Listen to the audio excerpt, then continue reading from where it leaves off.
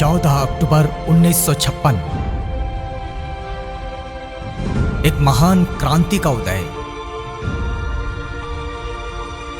एक बोधिसत्व का उदय। जब हुआ धम्म चक्र गतिमान, भारत की यही है शान। तब से अब तक धम्म चक्र की गतिमानता देखिए। धम्म क्रांति के 57 वर्ष केवल आवाज इंडिया टीवी पर।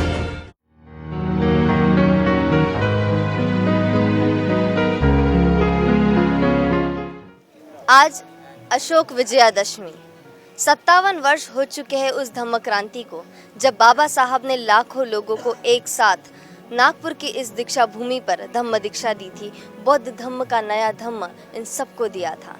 आइए आज भी लोग जिसे याद करते हैं और इस नागपुर की दीक्षा भूमि पर आते हैं, उनसे जानते हैं कि कितनी श्रद्धा वो रखते हैं बाबा साहब के लिए, कितना मानते हैं बाबा साहब को, आज भी अपने दिलों में रखते हैं। आइए जानते हैं बुल्ढाना के कुछ लोग यहाँ पर आए हैं नागपुर में, तो उनसे भी बातचीत करते हैं।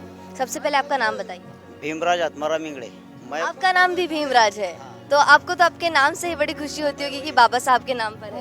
हाँ, मैं वही बोल रहा कि मेरा ही नाम मेरे माता पिताजी ने ऐसा रखा, तो मेरे को भी जरा अच्छा होना कि मैं भी कुछ काम कर सकता हूँ। मैं आपसे कुछ पूछना चाहूंगी, आप कहाँ से आए हैं? मैं विदिशा से हूँ, मध्य प्रदेश से। इस धर्म में किसी भी चीज की विडंबना नहीं है।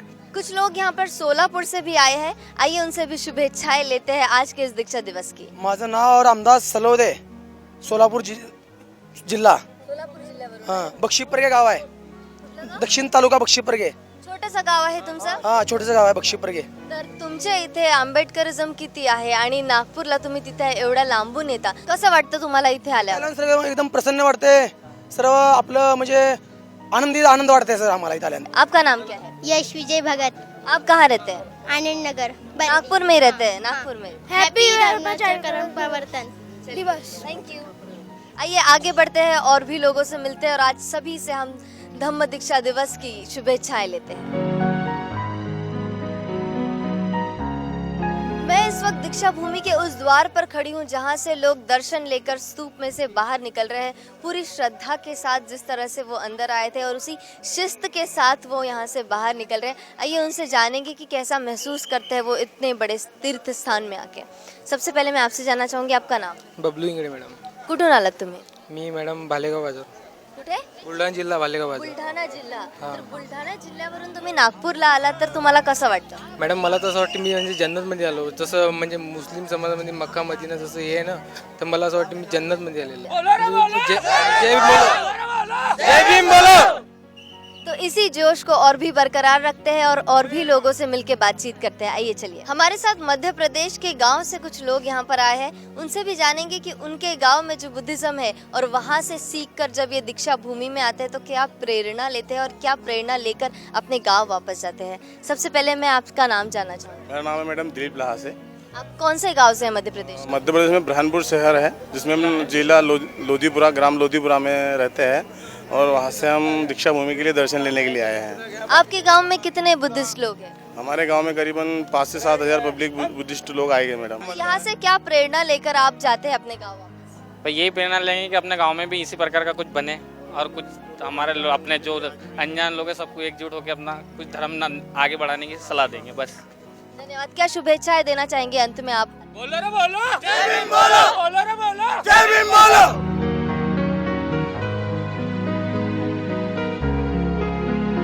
इतनी आस्था से जब लोग दूर दूर से आते हैं तो कुछ न कुछ धम्म का ज्ञान यहाँ से लेके जाते हैं। आइए जानते हैं कुछ लोगों से कि क्या धम्म का ज्ञान यहाँ से वो लेके जाते हैं अपने गांव जब लौटते हैं। सर, सबसे पहले आपका नाम जानना चाहते हैं। मेरा नाम बाळासाहेब गवई, परतवाडा, तालुका अचलपूर, जिल्हा अमरावती। अमरावतीवरून. तर तुम्ही इथे जेव्हा येता तेव्हा तुम्हाला कसं वाटतं? इथे येऊन फार आनंद वाटतो आम्हाला, कारण की जगण्याचा जो आम्हाला मार्ग दिला तो मार्ग हिंदू सनातन काळापासून आम्हाला कुत्र्यापेक्षा हीनपेक्षाही आम्हाला वागणूक होती। ज्या धर्मामध्ये माणसासारखं वागवल्या जात नव्हतं तो धम्म बाबासाहेबांना 14 ऑक्टोबर 1956 पासून डॉक्टर बाबासाहेब पुन्हा बौद्ध धम्म भारतामध्ये परत आणला. तर नाव काय तुमचं? अभिजित बालकृष्ण गवई. गौतम विष्णूचा अवतार आहे, हे सगळं खोटं आहे आणि हे लोक आहे हे आपल्याला असे आरोप करतात आहे. तुम्हाला कसं वाटतं नागपूरला प्रत्येक वर्षी ही आपली भूमी की नागपूर निवडलं गेलं दीक्षाभूमीसाठी तिथलेच आम्ही, तर कसं तुम्हाला वाटतं? बाबासाहेबांनी जेव्हा आदेश दिला की बा मला धर्मांतर करायचं आहे, तेव्हा वामनराव गोडबोले यांनी ही जागा निवडली. त्यामध्ये सदानंद फुलझलेही होते आणि आवाज विशेष करून आवाज इंडिया TV चॅनलनी ही बाब निदर्शनास आणून दिली. थँक्यू फॉर आवाज इंडिया.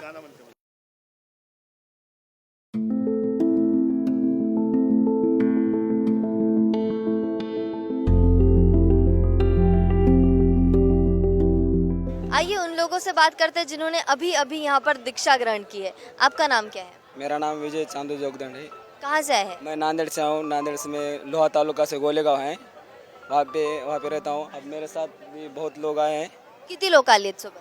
15-16 है मेरे साथ. अब सब घूम रहे उधर दीक्षा भूमि के परिसर में. 15 साल से पहले लिए दीक्षा, 15 साल से पहले लिए. तो कैसा लगता है जब ये पद्धति के बारे में आप क्या कहना चाहेंगे कि त्रिशरण पंचशील लेते हैं फिर 22 प्रतिज्ञाएं लेते हैं? ये 22 प्रतिज्ञा बाबा साहब ने 1956 को 14 अक्टूबर 1956 को दी है. क्योंकि पहले हम जो हिंदू धर्म में थे, जो हमारी जात मार थी, अब हिंदू 14 अक्टूबर 1956 को बाबा साहब ने जब दीक्षा दी, उसके बाद हमने हमारे समाज को 9-10 लाख लोगों को पहले बाबा साहब अम्बेडकर ने दीक्षा दी. बाद में हम सब लोग यहाँ पे एक से धम्म जोड़ने के लिए यहाँ पे आए. हिंदू धर्म में जाति व्यवस्था है और ऊंच नीच का है वो हिंदू धर्म है. बाबा साहब ने बौद्ध धर्म, सिख धर्म और इस्लाम धर्म सभी धर्मों का अभ्यास करके एक में जो पूरे विश्व में बौद्ध धर्म फैला हुआ है, इसलिए बाबा साहब ने बौद्ध धर्म में समता, शांति, बंधुत्व है और इसी से सब लोग या इस जगह पे बौद्ध धर्म स्वीकारने के आते हैं. क्योंकि बौद्ध धर्म सागर जैसा है, जो कोई से भी जाति का हो इस धर्म में आया तो सब कोई किसी की जात नहीं पहचान सकती. क्योंकि ये बौद्ध धर्म है जो सागर जैसा होता है. सब मिलके जैसे सब नदियाँ मिलके सागर में जाती है, तब कौन से भी नदी का पानी ये मालूम नहीं होता, वैसा ये बौद्ध धर्म है. उसके बाद हमारे साथ और भी यहाँ पर लोग हैं और भी बौद्ध बांधव है, उनसे भी बातचीत करेंगे और जानेंगे कि उन्हें दीक्षा लेने के बाद आज कैसा महसूस हो रहा है. आपका नाम क्या है? दिलीप प्रधान. कुठून आले तुम्ही? जालन्यावरून आले. गोळेगाव माझं गाव आहे. आज तुम्ही दीक्षा घेतली आता इथे. त्या ज्या पद्धती आहेत, जेव्हा आपण त्रिशरण बोलतो, पंचशील बोलतो, 22 प्रतिज्ञा बोलतो, तर ते जेव्हा ग्रहण करतो आपण त्यावेळेस कसं वाटतं तुम्हाला? की माणसाने ते ग्रहण केल्यावर माणूस असा स्वाभिमानी जगण्याची पद्धत ही बुद्ध धर्माची एक अशी की कोणाला कोणत्याही प्रकारचं व्यसनमुक्त ह्याच्यामध्ये सांगितलेलं आहे की दारू पिण्यापासून वंचित राहू शकते माणूस. ह्या जी 22 प्रतिज्ञा आहेत ह्या पूर्ण अंगीकृत आणि पूर्णपणे जर माणसाने आपल्या हे केल्या तर माणूस निश्चितच समाधानकारक जीवन जगू शकतो. तुमच्या सोबत कोण आला आहे? माझे मित्र आलेले आहेत, पोलीस पाटील. सर नाव काय आपलं? माझं नाव अन्विका अर्जुनराव पोथारे, राहणार मसाळा, संत ज्ञानेश्वर नगर. मी बहुजन समाज पार्टीचा कार्यकर्ता आहे आणि मी गेल्या 10 वर्षापासून धर्माचं धम्मप्रसाराचं याचं काम करत असतो.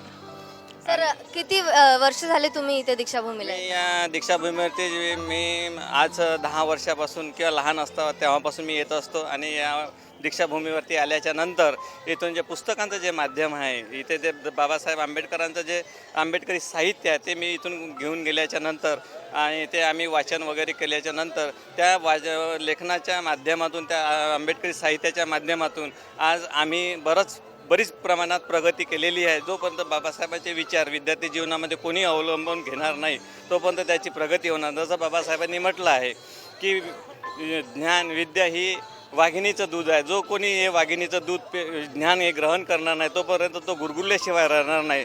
जोपर्यंत माणूस ज्ञानी होणार नाही तोपर्यंत तो आपल्या अन्यायाचा प्रतिकार करू शकणार नाही. बस एवढे बोलून मी माझे 2 शब्द संपवतो. याच्या पुढे आपण इथे आणखी काही लोक आहेत त्यांच्याशी सुद्धा बोलूया. सर कुठून आलात आपण? आम्ही नांदेडवरून आलो. नांदेडवरून. काय नाव आपलं? नामदेव दिपके. सर भरपूर सारे पुस्तकं तुम्ही घेतलेल्या दिसत आहेत, तर तुम्ही जेव्हा एवढा लांब येता तर इथून काय काय साहित्य, काय विचार तुम्ही इथून घेऊन जाता? विचार म्हणजे काय, आपल्या याच्यातून आपल्याला बौद्ध धम्माचं ज्ञान प्राप्त झालं पाहिजे, या हेतून आम्ही हे पुस्तकाचं खरेदी करतो आणि ज्या लोकांना समजत नाही ते आम्ही आमच्या माध्यमातून लोकांपर्यंत पोहोचती करतो. धन्यवाद आणि तुम्हाला भरपूर शुभेच्छा देऊ इच्छिते. याच्यानंतर इथे काही युवा पिढी पण आपल्याला दिसत आहे, त्यांच्याशी सुद्धा आपण बोलूया. आप कहाँ से हैं? मैं गुजरात से हूँ और मैं नागलोक में स्टडी करता हूँ. आप पहली बार आए हैं नागलोक में पढ़ने, जब यहाँ महाराष्ट्र में आए?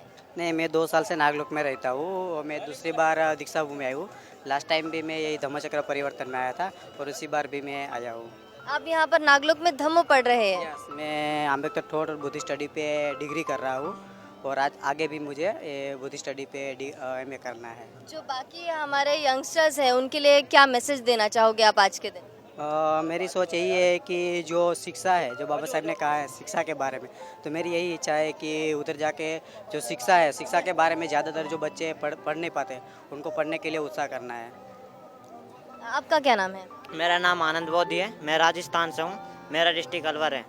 राजस्थान में तो बौद्ध धम्म बहुत कम है, जैसा कि हम सभी जानते हैं. तो आप यहाँ पर पढ़ने आए हैं बुद्ध धम्म, तो जब वापस आप राजस्थान जाओगे यहाँ से ढेर सारा ज्ञान लेके, धम्म को लेकर, तो आपकी क्या इच्छा रहेगी, आपके गांव में क्या परिवर्तन करना चाहोगे? मैं यही करना चाहूँगा कि जो बाबा साहब का सपना है पर बुद्ध भारत और सोशल वर्कर को लेकर मैं एक अच्छा मनुष्य बनकर, जो अभी मैं नागलोक में स्टडी कर रहा हूँ, मेरा ग्रेजुएशन चल रहा है. ग्रेजुएशन कंप्लीट होने के बाद मैं आगे पढ़ाई जारी रखूँगा और अपने गांव में और अपने डिस्ट्रिक्ट में बाबा साहब का विजन है उसको अच्छे से प्रचार प्रसार करूँगा. किस तरह से बुद्ध के धम्म को आप दूसरों को बताना चाहोगे? जैसे कि अभी आपको टीवी पर बहुत लोग लाइव देख रहे होंगे, तो उनके लिए क्या संदेश देना चाहोगे? जो युवा पीढ़ी है उनके लिए क्या संदेश दोगे? वो संदेश यही दूंगा कि जो सबसे पहले जो मेरा आचरण होगा, परफेक्ट आचरण, उसको देखकर लोग प्रभावित हो. इसलिए पहले मैं अपने आप को चेंज करूँगा. चेंज करने के बाद जो मेरा आचरण है उसको देखने के बाद लोगों को लगेगा कि हाँ यस, तो इसलिए मैं इस तरह लोगों को प्रभावित करूँगा.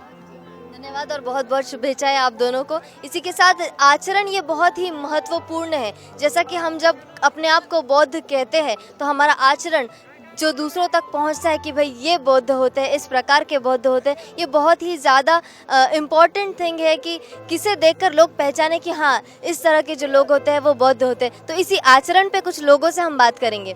सर, आप कहाँ से आए हैं? जळगाव से. तुम्हाला काय वाटतं की बौद्ध म्हणून आपलं आचरण कसं असायला पाहिजे? बौद्ध म्हणून आपलं आचरण एकदम शुद्ध आणि एकदम पवित्र असलं पाहिजे. पंचशिलेचं किती महत्त्व आहे जीवनात? जेवढं आपल्या जीवनाचं महत्त्व तेवढंच पंचशिलाचं महत्त्व आहे. कुठल्या कुठल्या पंचशील सगळ्यात जास्त महत्त्वाचे तुम्हाला वाटतात? जसं 5ही तेवढेच महत्त्वाचे आहेत, पण कुठल्यावर जास्त भर देण्याची सध्या गरज आहे? ती शरण पंचशिला. सर, तुमचं काय म्हणणं आहे याच्यावर?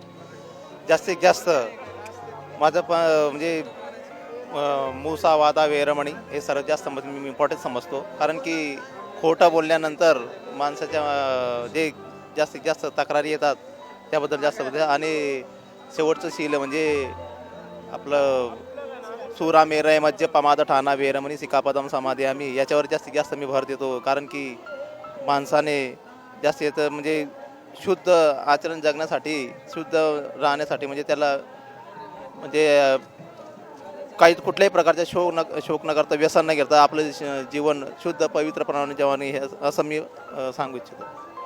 धन्यवाद आणि तुम्हाला भरपूर शुभेच्छा. याच प्रकारे आपण अजून काही लोकांना भेटू आणि आचरणाविषयी अजून काही बोलू. सर, आपण कुठून आलेत? विदर्भ कोकण ग्रामीण बँक हुडकेश्वरवरून आला आहे. नाव काय आपलं? श्रीकांत मेश्राम. तुम्हाला कसं वाटतं की बौद्धांचं आचरण कसं असायला पाहिजे? आचरण चांगलं झालं पाहिजे. त्याकरिता आम्ही ना आपल्या बँकेतर्फे एक फळाचं स्टॉल लावलेला आहे. आमचा स्टॉल आहे ते बघू शकता तुम्ही समोर. सर, आपण सांगा की बौद्धाचं आचरण कसं असायला पाहिजे? हे बुद्धांनी जे पंचशीलमध्ये सांगितलं आहे की साधारण माणूस जे आहे त्याला जगण्यासाठी 5 शिलाचं पालन करायला पाहिजे. आणि त्याप्रमाणे 5 शील हे म्हणजे आपण म्हणू की नैसर्गिक आचरणाचा सिद्धांत बुद्धांनी सांगितला आहे आणि तो आचरणात प्रत्येकाने आणायला पाहिजे. हाच बुद्धाचा चांगला एक. सर, मी आपली ओळख विचारली नाही. आपलं नाव? माझं नाव संजय राजेंद्र पाटील. सर, मला एक प्रश्न विचारायचा होता तुम्हाला की जसं 22 प्रतिज्ञा आपण घेतले, बाबासाहेबांनी सर्वांना धम्मदीक्षा दिली, तेव्हा आपण सगळे बोलतो की आता आम्ही हिंदू धर्म सोडलेला आहे आणि आता आम्ही बौद्ध झालो आहोत. तर सर्वांनी लाल धागे काढून पांढरे धागे बांधले आहेत, गळ्यातलं काळं मंगळसूत्र सोडलं आणि पांढरं घातलं आहे, याविषयी तुमचं काय मत आहे? हा ही जी गोष्ट आहे ही शिकलेले जे लोक आहेत शहरामध्ये हे प्रामुख्याने आढळते त्यांच्यामध्ये ह्या सर्व गोष्टी करताना. पण बहुतेक आमचे जे बांधव आहेत, भगिनी आहेत, त्या ज्या अशिक्षित आहेत आणि त्या गावात राहतात, त्यांना अजूनपर्यंत ह्या गोष्टी त्यांच्यापर्यंत पोहोचायच्या आहेत. आणि मला वाटते की त्या पोहोचवण्याकरिता इथल्या जे शिक्षित वर्ग आहे त्यांनी त्याला आपण काय केलं पाहिजे हे थांबवण्यासाठी, की ओळख म्हणून आपण आचरणातून न दाखवता लोक आता वेगळ्या प्रकारे आपलं ओळख दाखवतात की आम्ही बौद्ध म्हणजे आमच्या हातात पांढरे धागे. तर याच्यासाठी काय केलं पाहिजे आता? नाही, असं काही नाही. धागा म्हणजे काळा असो पांढरा असो हा काही मुद्दा नाही आहे. मला वाटते की अशा कोणत्याही प्रकारचे जो अंधश्रद्धेवर आधारित काही ज्या गोष्टी आहेत त्या नकोत, बस. धन्यवाद आणि भरपूर शुभेच्छा तुम्हाला. तो जैसा कि आपने देखा कि लोगों का कहना यही है कि अगर बुद्ध धम्म हम बताते हैं कि हम बुद्धिस्ट हैं तो हमारे आचरण से पता चलना चाहिए, ना कि हमारे धागों से और किसी चीज़ से. और अंधश्रद्धा को जिस तरह से भी हम हो सके सबसे ज़्यादा कम करना चाहिए. आइए कुछ और भी लोगों से मिलेंगे और आचरण इस विषय पर और भी बातें करेंगे. बातें कर रहे थे आचरण के ऊपर, काफ़ी लोगों से हमने जाना. और इसी तरह मुझे यहाँ पर अभी फ़िलहाल दिखाई दे रहा है कुछ युवा पीढ़ी है, कुछ कॉलेज के स्टूडेंट्स हैं जो यहाँ पर पथनाट्य कर रहे हैं. और पथनाट्य ये बहुत ही अच्छा माध्यम होता है कुछ अपनी बात, अपना मैसेज सब लोगों तक आसानी से पहुँचाने का. यहाँ पर कुछ लोग हैं, उनसे हम जानेंगे कि किस प्रकार का ये पथनाट्य कर रहे हैं और क्या इनका मैसेज है. सबसे पहले आपका नाम बताइए. अभय ढोके. आप किस कॉलेज से है, पर्टिकुलरली किसी ग्रुप से? कॉलेज से स्वामी विवेकानंद समाज कार्य महाविद्यालय से. किस प्रकार का ये पथनाट्य है आपका? ये पथनाट्य यानी जो लोग यहाँ पे आते हैं दूर दूर से, तो उनको एक मैसेज देने के लिए हम यहाँ पे पथनाट्य कर रहे हैं. क्योंकि हम पत्रिका भी बांटते हैं मगर पत्रिका से उतने अच्छी तरह से मैसेज नहीं जाता. तो कैसा स्ट्रीट पे अगर हम करते हैं, उनको संदेश देते हैं, हम प्रतिज्ञा उनके तरफ से ले रहे हैं, तो उनको एक मैसेज जाता है कि हमने भी यह प्रतिज्ञा लेना चाहिए. यहाँ पे हम आने का उद्देश्य उनको जो है. किस प्रकार की प्रतिज्ञा है और इस प्रतिज्ञा में आप क्या बताना चाहेंगे लोगों को, मैसेज क्या है आपके इस पथनाट्य में? हाँ, उसमें अगर ये लिखा है प्रतिज्ञा में कि हम जो जाति भेद पे जो मतभेद है उनको मिटाना है, और जो खर्रा गुटके जो है उसको बंद करना है. वो तो एकदम से बंद नहीं होगा मगर वो प्रतिज्ञा में हमने लिखा है. और कुछ जो शिक्षण के संदर्भ में जो डॉक्टर बाबा साहब आम्बेडकर ने जो बताया था कि सभी को शिक्षण मिलना चाहिए, तो वो सब दिया हमने. क्या ये प्रतिज्ञाएं वही है जो बाबा साहब ने 22 प्रतिज्ञाएं दी थी, तो आप अपने नाटक में भी ये सबसे करवाते हैं फिर से? हाँ, वही उनसे पूरे करे थे 22 प्रतिज्ञा से. आइए दोस्तों, जिस प्रकार से इन्होंने बताया है कि नाटक ये जो चीज़ है सबसे अच्छा माध्यम है लोगों तक अपनी बात अच्छे से पहुंचाने का. क्योंकि अगर हम पैम्फलेट बांटे या कोई और पत्रिका भी दे, उससे वो बात इतना क्लियर नहीं पहुंचती. और साथ ही हम जो अभी बता रहे हैं आपको, इससे भी इतना क्लियर नहीं पहुंचेगा जितना ये नाटक जब आप देखेंगे खुद लाइव इस आवाज़ इंडिया TV पर, तब आपको पता चलेगा. तो आइए ये नाटक देखते हैं इन कॉलेज स्टूडेंट्स का.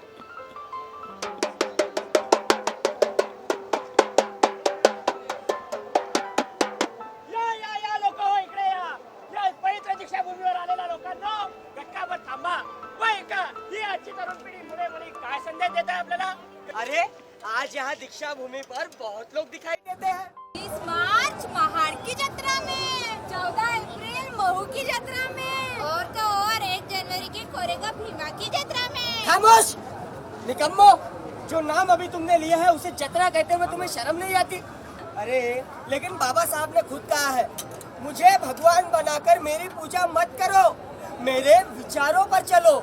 जीवन जगूया. दीक्षा भूमि, चैत्य भूमि, महाड, महू, कोरेगाव भीमा, इत्यादी ठिकाणे तीर्थस्थान नसून आमचे प्रेरणास्थान आहे. इतना अच्छा संदेश सभी को इस पथनाट्य द्वारा मिला है. और जैसा कि आपने देखा कि एंड में जो प्रतिज्ञाएं ली गई वो सभी ने मिलकर ली गई है. तो आइए सबसे पहले इस नाटक के हीरोज से हम मिलेंगे, सभी हीरोज से मिलेंगे. सबसे पहले मैं आपसे जानना चाहूँगी, आपका नाम सम्राट अशोक है? जी हाँ. कि जब आप बताते हैं कि हम सुधर गए हैं, हमें ये चीज़ समझ गई है, तो ये चीज़ जब आप बताते हैं, सबको इतना अच्छा संदेश देते हैं, तो क्या सिर्फ पथनाट्य के वक्त देते हैं या बाकी भी जो कॉमन डेज होते हैं हमारे, जब हम अपनी ज़िंदगी बिताते हैं, उस वक्त ये संदेश आप कितनों तक पहुंचा सकते हैं? देखिए हमारा जो धम्म संदेश का जो ये जो समूह है ये पिछले साल सिर्फ एक प्रोग्राम तक सीमित रह गया था। इस साल हम सिर्फ एक प्रोग्राम तक सीमित नहीं है, हम सिर्फ धम्मचक्र प्रवर्तन दिन तक सीमित नहीं है। तो हमने युवाओं के एम्पावरमेंट के लिए काम करना शुरू किया है धम्म संदेश समूह ने। इसका हमारा एक वेबसाइट लॉन्च हुआ है, आज ही इसका इनॉग्रेशन हुआ है। और साथ ही साथ हमारा एक बौद्धिस्ट यूथ एम्पावरमेंट संघ है, वो भी युवाओं के लिए गाइडेंस का काम कर रहा है। आज हम लोग हमारा अंबेडकर थॉट डिपार्टमेंट में हम लोग हर संडे को सुबह 8 बजे बाबा साहब के अनाइलेशन ऑफ कास्ट इस ग्रंथ के ऊपर में हम लोग डिस्कस करते हैं, हम लोग उसकी स्टडी करते हैं। और यानी हम लोग हमारा जो एक उपक्रम है ये एक दिन तक सीमित ना होकर ये हमारे सभी युवाओं के लिए है। बहुत ही अच्छी बात है कि आज के यंगस्टर्स सच में इस चीज़ को फोकस करते हैं। मैं आपसे पूछना चाहूँगी, जैसे कि हम सच में देखते हैं कि आज के जो यंगस्टर्स हैं वो जब भी दीक्षा भूमि पे भी आते हैं तो उनका फोकस सबसे पहले वहाँ होता है कि जहाँ पर कहाँ लॉकेट मिल रहे हैं। आइए हम और भी हीरोज़ जो हैं उनसे बात करेंगे।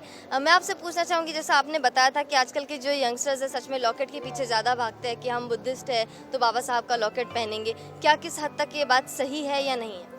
बिल्कुल सही नहीं है लॉकेट पहनना, क्योंकि लॉकेट अगर गले में है तो वैसे ही हम पहचान में नहीं आते कि हम बुद्धिस्ट हैं, लेकिन हमारे विचारों में बाबा साहब के विचारों पर चलना चाहिए।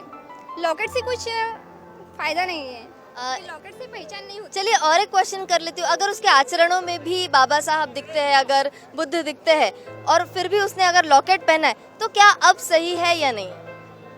वो सही तो नहीं है, क्योंकि बाबा साहब ने वो नहीं बोला है ना कि क्योंकि मेरा मतलब कहना ऐसा है कि काफ़ी सारे ऐसे लोग होते हैं कि छुपाना क्यों, क्योंकि ये गर्व की बात है कि हम बाबा साहब को फॉलो कर रहे हैं तो वो भी चीज़ दिखनी चाहिए। अब आपका क्या कहना है?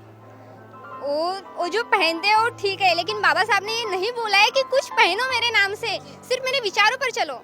जी बिल्कुल। इसी के साथ हम इनसे भी पूछेंगे। आइए, आपका नाम क्या है? अक्षय ढोके। अक्षय जी, बताइए कि आजकल के यंगस्टर्स को पंचशील की और आचरण की, जैसा आप बताया आपने पथनाट्य में सारी चीज़ें क्लियर कर ही दी है, फिर भी आपका पर्सनल कमेंट क्या है इसमें? जैसे आजकल जो युवा है उनका इन्हें एक नज़रिया है, कुछ भी हो जाए तो भी हम दारू को या फिर गुटखे को, आज कहीं भी हो तो गुटखा चाहिए रहता है। तो मुझे लगता है कि उनसे उनकी जो भी क्षमता है, शारीरिक क्षमता है, वो बिगड़ते जा रही है। वो ये बात उन्होंने ध्यान में रखना चाहिए कि अपनी शारीरिक क्षमता बिगाड़ने के लिए हमने ये नहीं दिया है। अगर चल रहा है, सरकार ने चालू किया तो वो चालू है, लेकिन आपको ये ध्यान में रखना है कि आपका मतलब कहाँ पे, आपको क्या करना है, आपको लोगों को क्या बताना है। अगर आप ये दारू पीते हो, सिगरेट पीते हो या गुटखा खाते हो, उससे आपका शरीर खराब होता है, ये लोगों को बताना चाहिए। पंचशील में यही दिया हुआ है, मांस खाना नहीं, दारू सिगरेट पीना नहीं, झूठा बोलना नहीं, ये सब दिया हुआ है। लेकिन आजकल जो युवा है वो सभी वैसे कर रहे हैं, तो उनके पास में ये मैसेज जाना चाहिए करके हमने ये पथनाट्य जो ग्रुप है हमारा, वही मैसेज हम लोगों तक के पहुंचा रहे हैं। एक सिंपल सा क्वेश्चन करना चाहूँगी, आजकल के जो यंगस्टर्स है, मैं चाहूँगी कि पथनाट्य वाले ही नहीं, आप में से भी कोई इसका अगर जवाब देना चाहे तो दे सकते हैं कि यंगस्टर्स सोचते हैं कि अगर हम सिगरेट पीते हैं तो ये हमारा ट्रेंड है, फैशन में आता है, हम स्टाइलिश लगते हैं। इसके ऊपर कोई कुछ कहना चाहेगा? सर, आप कुछ कहना चाहेंगे? मैं तो खैर इस टीम का हिस्सा हूँ। सही मायने में देखा जाए तो ये जो सारी आदतें हैं ये आदमी की लाइफ को बर्बाद करती है। आगे चल के जो आपका लाइफ है, मतलब आप टोटली ख़त्म हो जाते हो डे बाय डे। आपको पता नहीं चलता है कि आपके अंदर में कितनी चेंजेस आ रही है। और आने वाले समय में जब आपकी शादी हो जाएगी, आपके बाल बच्चे हो जाएंगे, आप उनके साथ भी जो है उसी साथ में, मतलब उसी व्यसन के साथ में आप जुड़ने वाले हो, तो आपका बच्चा भी हो सकता है वो उसी तरह का व्यसन वो ले ले और वो अपना लाइफ भी बर्बाद करे। आपकी वाइफ को भी तकलीफ़ हो सकती है आपके व्यसन से, आपकी पूरी फैमिली डिस्टर्ब हो सकती है। तो मुझे लगता है ये बहुत ही प्राइम है कि हम ये व्यसन ना करें। हमारी आज की युवा पीढ़ी ये जान ले कि हमने इस प्रकार के व्यसन नहीं करना चाहिए, हमने झूठा नहीं बोलना चाहिए, क्योंकि झूठा बोलने से नुकसान होता है। झूठा बोलने से कभी हम जो है किसी का भला नहीं कर सकते। अगर आप सही बोलते हैं, सच बोलते हैं, और सच बोलने से कभी आपका टेम्पररी अगर कोई नुकसान भी हो जाता है तो भी आपने उस नुकसान को सह लेना चाहिए, लेकिन झूठ नहीं बोलना चाहिए। पंचशील का पालन हमने पूरी तरह से करना चाहिए। हमने चोरी नहीं करना चाहिए। हमने चोरी करना पाप है, चोरी करना पाप। हम क्या बोले कि हम चोरी करना अच्छी बात नहीं है, क्योंकि चोरी करने से हम किसी का न दिया हुआ चीज़ है वो हम ले रहे हैं, छीन रहे हैं। और न दी हुई चीज़ हमारे धम्म में ये बताया है कि ये गलत है। कोई चीज़ जो नहीं दी जाती है उसको हमने नहीं लेनी चाहिए।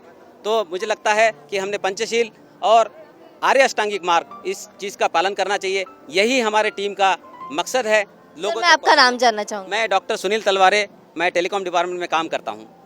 धन्यवाद सर, बहुत ही सही बात सर ने कही है। इसी के बाद यहाँ पर और भी जो लड़कियाँ इस टीम के मेंबर हैं उनसे हम जानेंगे कि कैसा एक्सपीरियंस रहा इनका इसमें। आपको कैसा लगता है जब आप ये पथनाट्य करती हैं? जब हम पथनाट्य करते हैं तो बहुत अच्छा लगता है कि हम कर रहे हैं वो लोगों तक जा रहा है, और यही है कि हम MSW के स्टूडेंट भी है और हमारा काम भी वही है, तो हम वही लोगों तक पहुंचाना चाहते हैं कि आप जो हो रहा है उस पर विश्वास मत कीजिए, अंधश्रद्धा है तो उस पर विश्वास मत कीजिए।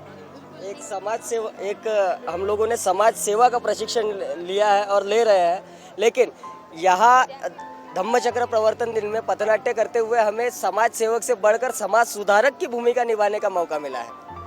धन्यवाद। इसी के साथ आप सभी को शुभेच्छाएं देना चाहूँगी।